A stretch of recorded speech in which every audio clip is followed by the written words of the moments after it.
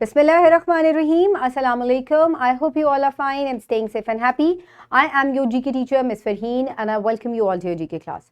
My dear students, as you know that we are on unit number 8 and the name of our unit is Working Out Disagreements. यानी कि आपके दरमियान अगर कोई तनाव या कोई तनाज़ा हो जाता है, कोई झगड़ा हो जाता है, तो आप उसको किस तरीके से हल कर सकते हैं, हम इस यूनिट में उन तमाम जो मुख्तलिफ पॉइंट्स हैं उनको डिस्कस करेंगे. Today is the introduction of this unit, lecture 0.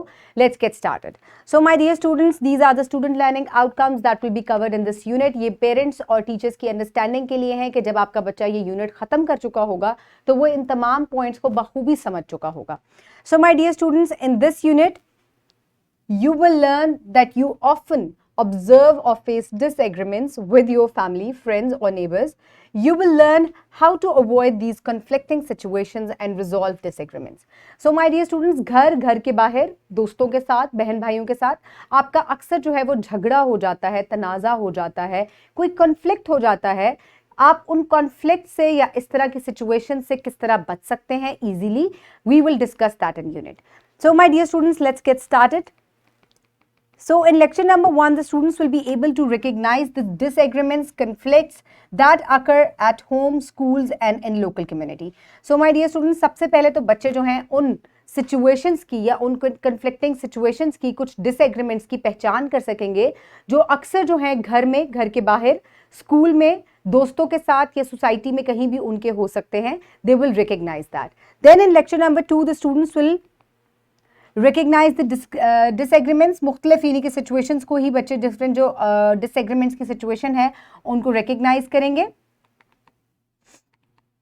In lecture number 3, they will identify the feelings of people in different conflicting situations. इसके बाद बच्चे इस चीज़ को recognize करेंगे या पहचान कर सकेंगे इस तरह की feelings या emotions जो आपके हैं. जब कभी झगड़ा होता है या लड़ाई होता है तो मुख्तलिफ लोगों का उसमें मुख्तलिफ तरह का रिएक्शन होता है. तो किस तरह के वो रिएक्शंस होते हैं, वो उस वक्त क्या फील कर रहे होते हैं, क्या इमोशंस होते हैं उनके, we will identify that. Some people are very calm, कुछ को गुस्सा आता है, तो इन तमाम चीज़ों को हम डिस्कस करेंगे in lecture number 3. Then in lecture number 4, the students will identify the reasons for disagreements with friends and family members. So lecture 4 में बच्चे उन रीजंस को आइडेंटिफाई कर सकेंगे जिसकी वजह से झगड़ा या तनाज़ा जो है वो मुमकिन होता है या शुरू हो सकता है दोस्तों के साथ, घर वालों के साथ, कहीं भी.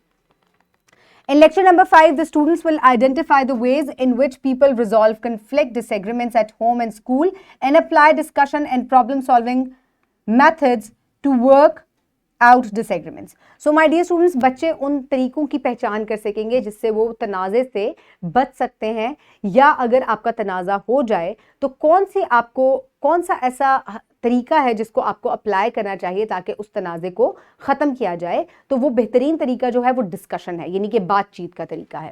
सो my dear students, in lecture number 6 will be the review of this unit, जिसमें तमाम हम रीडिंग पेजेस को एक दफ़ा रिवाइज करेंगे विद द SLOs.